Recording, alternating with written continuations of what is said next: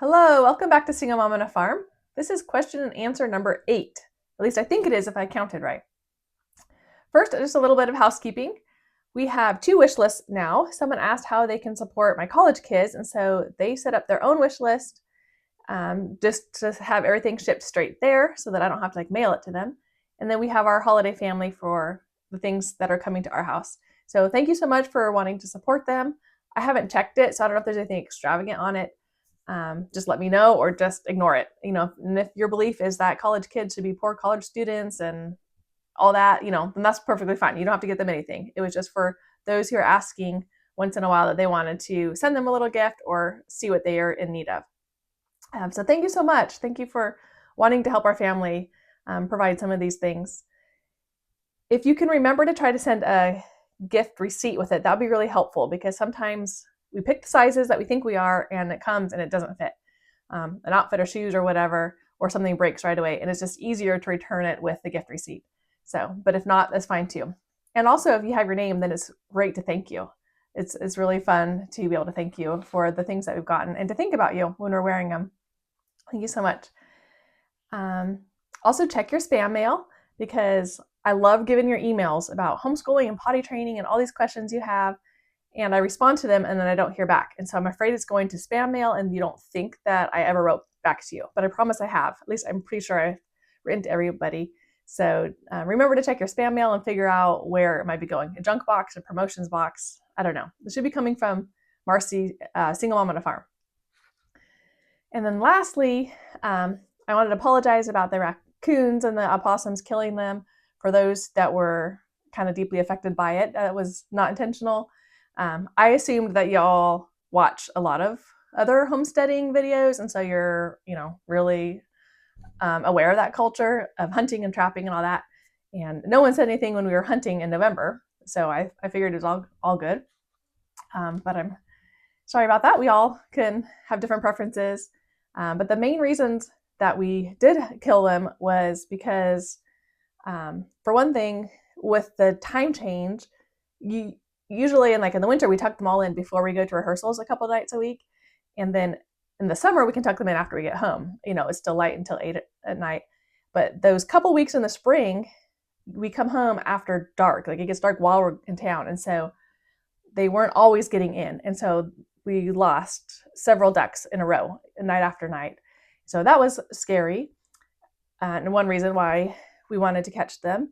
And then the other one was because from 9 to 11 every night, and then into the night, Caitlin and McKenna and I would see the motion lights come on. We have 3 motion lights down by the coop and in our yard, and they flood into our house. And so you can just see the lights coming on, and we'd see a raccoon or a critter down there every night, all night long. And sometimes I wake up in the night and the lights are going on. So it's just a little, I don't know, not disturbing or whatever, just an annoying. The lights are always coming on. We're always seeing critters down there. For Caitlin, it was a little bit stressful, even though it's a cinder block chicken coop. So we know the chickens are fine at night, but still, it's just unnerving, I guess, just to see an animal down there by your precious animals. And for me, I didn't like all the lights keep shining on all the time. Then Caitlin, excuse me, I keep wanting to call her Alexis. Alexis loves the animals too. But then Caitlin just had the, aspiration to get a trap and to trap it and see what happened if she could catch anything. And so I let her, she's 15. I love it when my kids have an aspiration like that, or a thought, or they need to try things, I guess, and to see if it's a good idea or if it's a dumb idea. So she got a trap, and it was fun watching her set it every night to figure it out by herself with no other help. Then it was fun every morning. She was excited to get up and see if it caught anything. It's just the suspense, it's kind of like a drawing or anything else. It's just I wonder if I caught anything. And it was so exciting that she caught something 3 nights in a row. And then we haven't caught anything since. So hopefully they've stayed out. And we can't relocate them. I guess it's illegal to relocate them elsewhere. We can't relocate them on our property because we can see all our boundaries, especially in the winter when there's no trees. We can see our boundaries of our property. It's not that big. So the animals could just come back in 5 minutes. So that wouldn't really work. So it has been super helpful just to have those ones gone. People tell me I need to live in harmony with the animals and everything. It's like I'm trying to, if they stay in the woods, like we're good with that.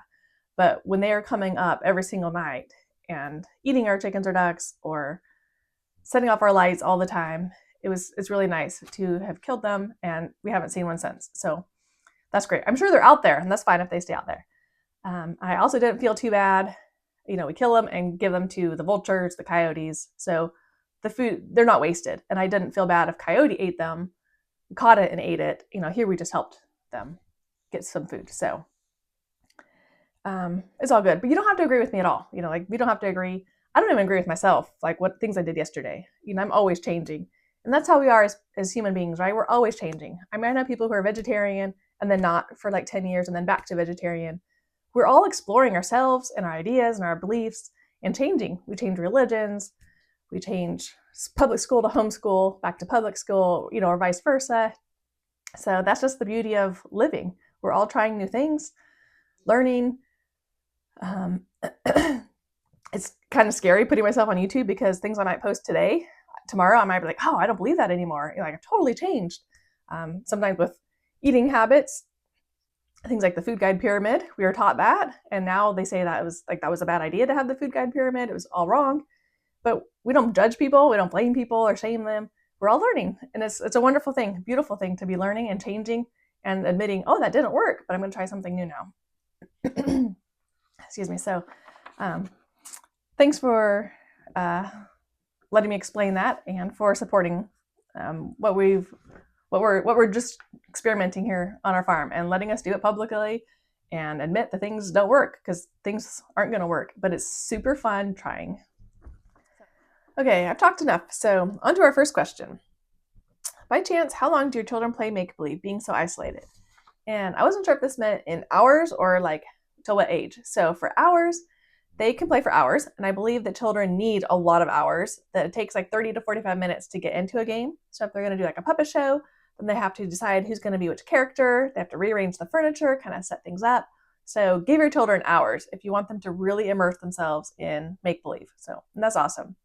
For age, they play make-believe up until about age 12. And at 12, I see this big, like a quick decline in make-believe. I see them all of a sudden reading a lot and playing the piano are like the two main things they do besides make-believe. So maybe like 40% of their time. If 100% was make-believe before, I think they would drop down about 40% and replace that with reading and playing the piano. And then it kind of just steadily declines until about age 16. So they're adding a lot more of their own hobbies from like 12 to 16. I see them doing like woodworking, foreign language. They've all kind of gotten interested in a foreign language, musical talents, playing the piano, flutes or violins, writing their own music. Several of them have been really good about that, writing their own books and stories, shooting hoops. I think Spencer got into track and would, just run around the neighborhood, practicing or working out, those kinds of things. From like 12 to 16, they're just like learning a lot of their own hobbies and stuff. And then at 16, I feel like it kind of went down to like 5%, that they really didn't play make-believe unless they're asked by younger siblings. And then I could see that they were hesitant to like put away their studies. But when they did join in, they're like just lit up and they're grinning the whole time. Even Thomas, if Tilly asks him to play doctor, he will. He'll drop everything and play doctor and role play a character, and things like that. So, or play robots or dentist or paper dolls. My older girls will play paper dolls with the younger ones when they come home from college. In Utah a couple weeks ago, then Caitlin and McKenna were putting on a play with their cousin, and my older girls joined in, and I love to see that. I was like, wow, they took time away from studying and friends and family to be in, they did Tangled as a play. And so I love that. They love to still join in the make-believe. But at 16, it goes down to like 5%. And they usually get jobs. They do their own hobbies and, like I just said, all their new hobbies that they've been learning from 12 to 16. And then they have been doing a lot of life skills. I noticed that they're offering to go grocery shopping for me. They are like cutting more wood, bringing it in, offering to clean the kitchen, do the dishwasher. They'll notice the microwave is dirty and clean it. They help like change diapers and take care of the house and take care of the kids and read to them. And that even kind of starts around 12 and 13 also. But a lot of life skills, just doing laundry and things like that, and then working and hanging out with friends, and then really focusing on their studies. Like they're really talking about college or what they want to do with their life. So I hope that answers your question. So round 12 is like full-time play, make believe, and then a kind of big drop off, and then like from 12 to 13, and then kind of a steady drop off to 16, and then kind of another big drop off where they're driving and going and doing things, and thinking about their future.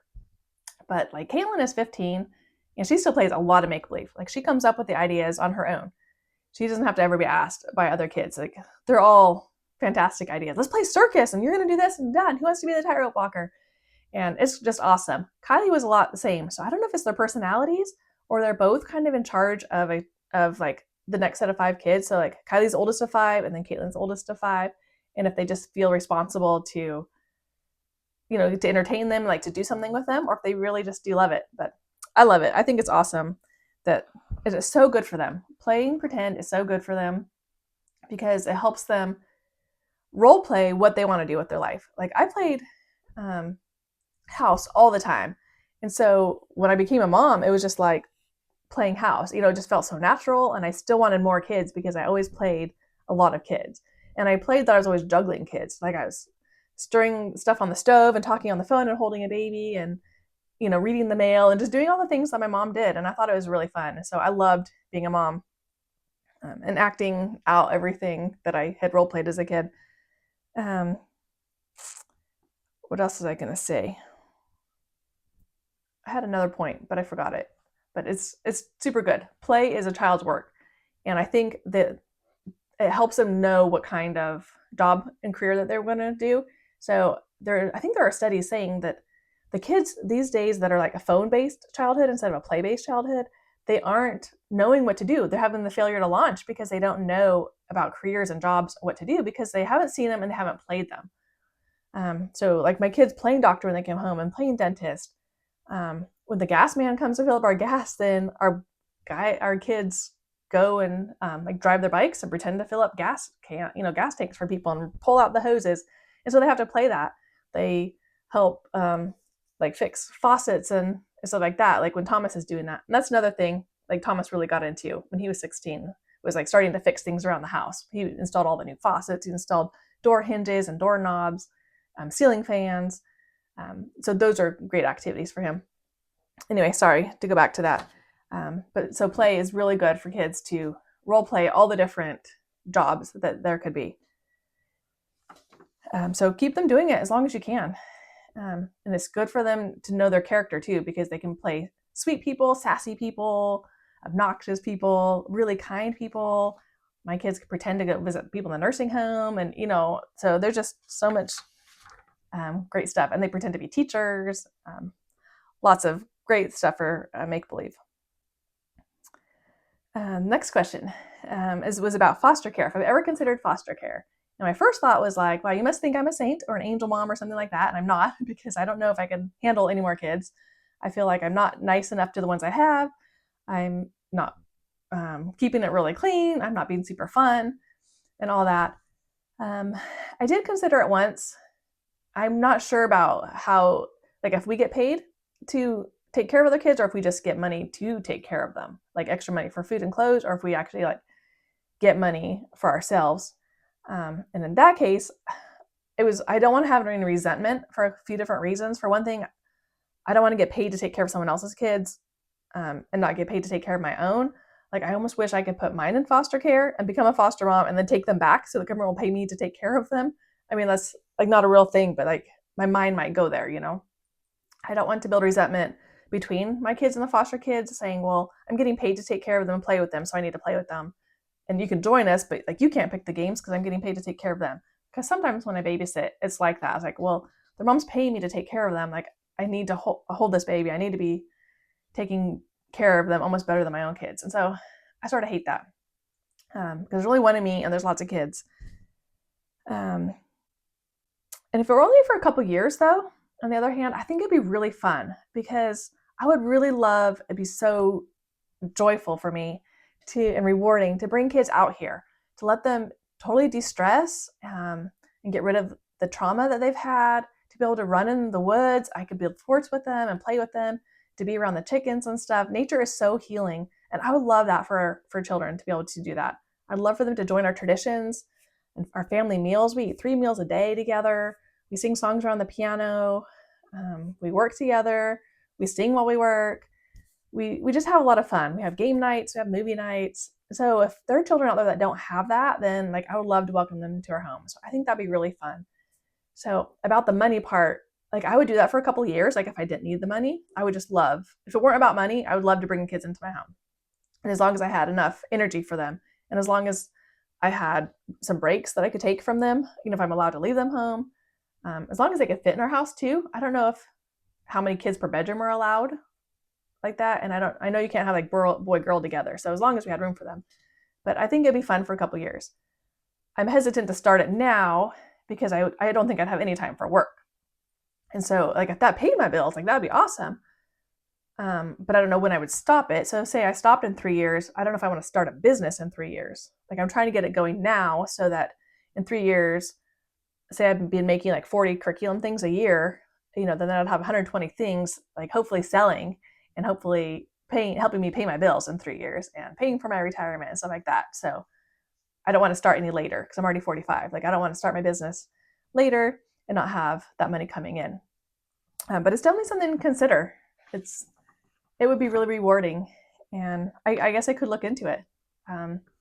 If you thought I had enough patience and I wasn't overwhelmed and I'm a good enough mom. I'm not sure, but thanks for your ideas. I think I love hearing people's ideas because there could be things that I haven't thought about or looked into very much. The next question. Do you ever get lonely? Is it a mindset? And yes, absolutely, I get lonely. And I think that's a good thing. I think there's a scripture, it's not good for man to be alone. So it's very normal and natural to feel lonely. And I feel like loneliness can come in different ways. Like when I'm alone, I'm not lonely at all. The other day I went for a walk by myself for like 45 minutes and it's like, wow, I'm by myself because I haven't been by myself in a really long time. So I was like, this is wonderful. And of course, if that happened all the time, I would feel really lonely. A lot when I'm just with little kids, a lot of times I'm really lonely for my older kids. They're super helpful. They talk to me about the weather and friends and school subjects and things they're learning, like a little bit higher up, educational, mental stimulating topics. So it's really nice when they're here, and I really, really miss them. And I feel kind of lonely sometimes at the table with just little kids and little chatter and acting like parrots and whatever they're doing. Also, when we have lots of family here, then sometimes I can feel lonely. So even if they have a huge house full of tons of people, it can feel lonely because I feel like everything is on me. Someone's asking, do you have any extra towels, or do you have a Ziploc bag I can put this in? And it's all on me to like be to be a really great hostess and to help all the guests to make sure everyone's comfortable. Does anybody need anything to drink? Can I get some more ice in your cup? All these things. And if the house started on fire, it'd like be all up to me to get everybody out and to know what to do and to handle an emergency situation. So it kind of feels really lonely even when the house is really full, because it is on me, and it would be really great to have a spouse that can help with those things in an emergency. I do love it when like my in-laws come, because they are really, really just strong people. So like if the house burned down, they know what to do.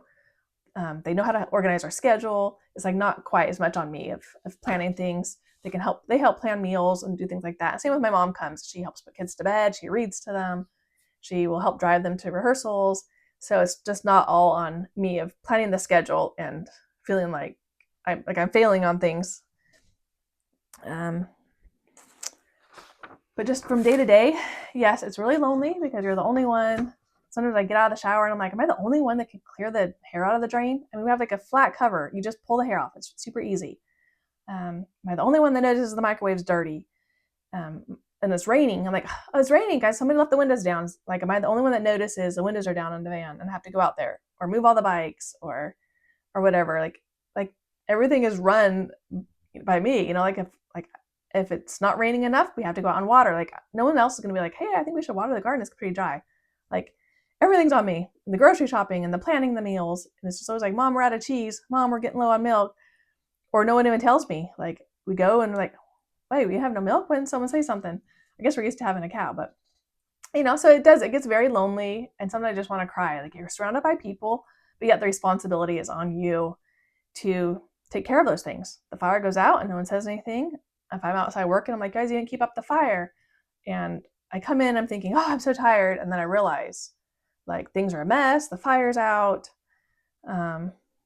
just a lot of problems. Kids needing this or that. There's a spill that nobody cleaned up. So sure, it is lonely. The next question about that is, what do you tell yourself if you do have those moments? So you caught me because I have been very negative about these things. Like I just said, if I'm in the shower, I'm like, am I the only one that can clean the shower out? Really? Can anybody put more wood in the fire? Or does anyone notice that there's a spill here? So those are all negative thoughts. So I really need to do better. So this has awakened me to realize, yes, lonely could be a mindset. And if you have those thoughts, you're just going to stay stuck, stay feeling lonely, stay feeling sorry for yourself. So if you have some good ideas for thoughts, then send them my way. I would say mainly is to put up affirmations on your wall or have like a piece of paper printed out like this so that you can just go to it. If you go to your room to cry a little bit, go and read them, where it says like, I'm doing the best I can. I am a terrific mom. Whatever can help. Any positive thoughts, because the thoughts will change your actions to being a positive mom, to being cheerful, being a fun mom. Because otherwise I can get really down on myself saying, I haven't played with my kids today. We don't have money for the bills. Our house is cold. Like you could just feel like you're doing awful. Haven't fed my kids any vegetables today, whatever it is. So instead you have to have some affirmations to read. Say, I'm doing the best I can. These kids are a gift from God. I love my house. I love my yard. I enjoy keeping it up. Cleaning it is fun. Taking care of the kids is awesome. It's an honor. Whatever it is that can change your mindset. I hope this helps a little bit. And then I like how you just focused on your thoughts and what you can do, because that is so true. And that's what I need to change. Because sometimes you just go to actions, and try not to like do any of the bad actions like drinking or chocolate or just watching movies or soap operas or whatever like that. So sometimes if I do get lonely or overwhelmed, then I do try to like go outside and work on a project, or even in the house if it's raining and stuff. Cleaning and reorganizing something is like the number one thing that lifts me out of my mood. I just start cleaning, reorganizing, doing something I can do by myself without having to think. No one's helping me. Because I feel really lonely when people don't help me. When I say, hey guys, let's all go weed the garden today. And nobody's going to be like, yeah, that's what I wanted to do. Like no one's going to say that. But yet I feel offended when they don't. So I pick a project that I don't need their encouragement. I was like, I'm just going to go clean out my own closet, or put on a podcast and just be cleaning the microwave, cleaning the stove, the oven, whatever I can clean. Cutting wood is really helpful, or pulling weeds by myself, raking, any of those kinds of things.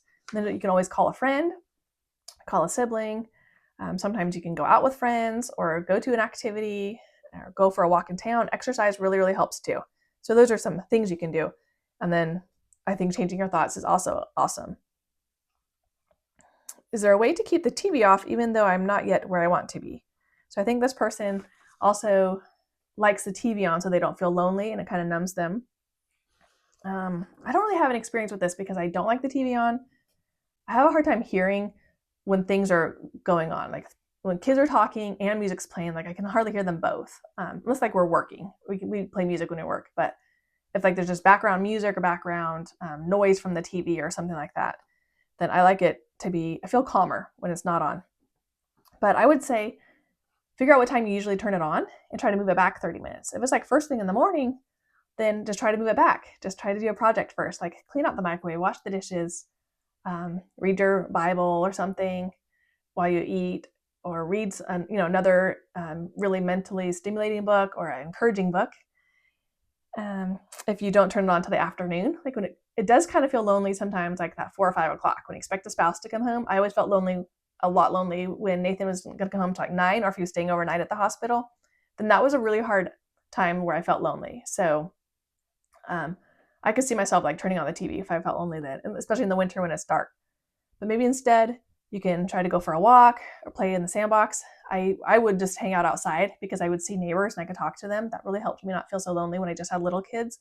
And I felt missing, like that. I didn't know what to do until 8 o'clock when it was their bedtime, or 7:30. So that's an idea. I'm not.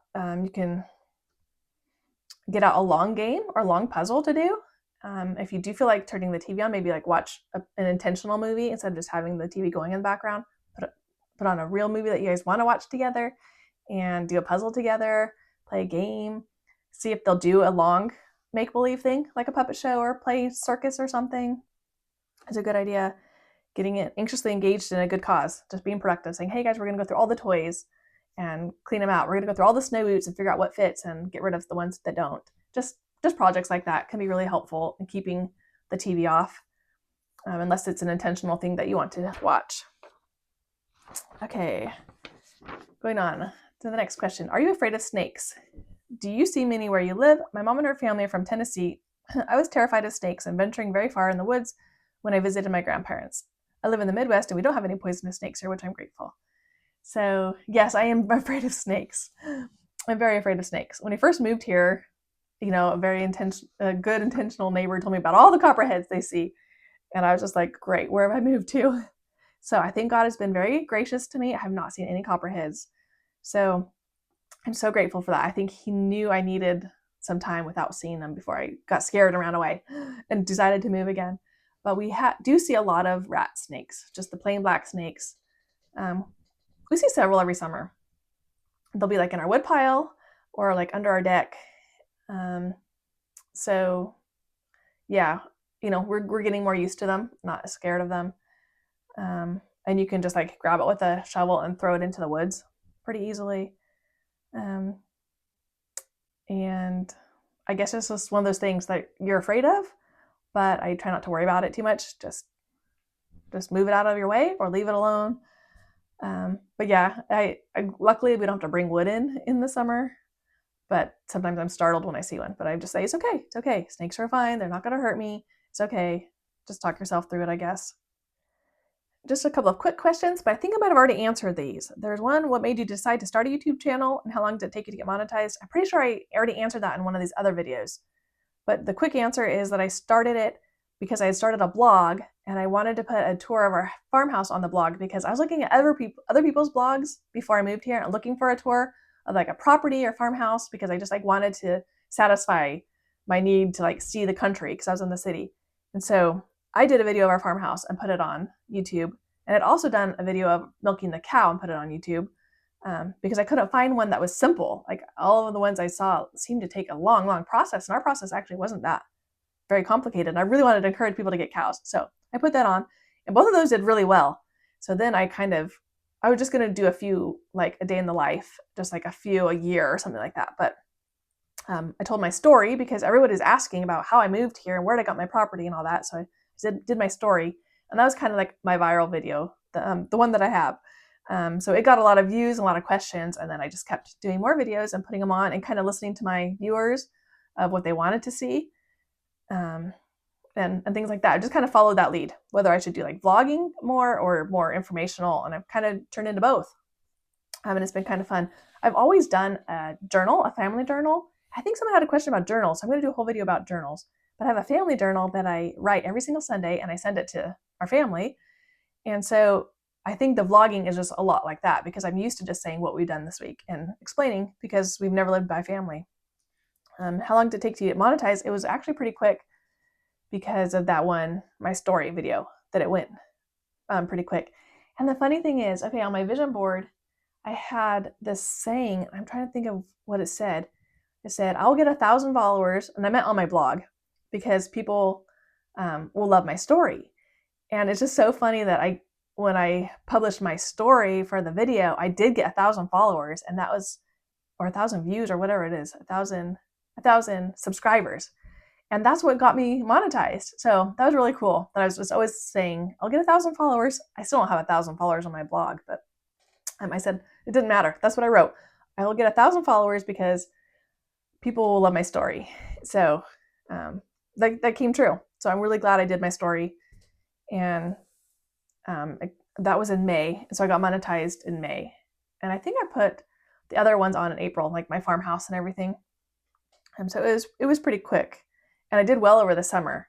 But then since then, it's kind of gone down. So I'm not the one to totally ask about YouTube because I'm just figuring it out myself and how to get monetized and like stay productive and everything like that.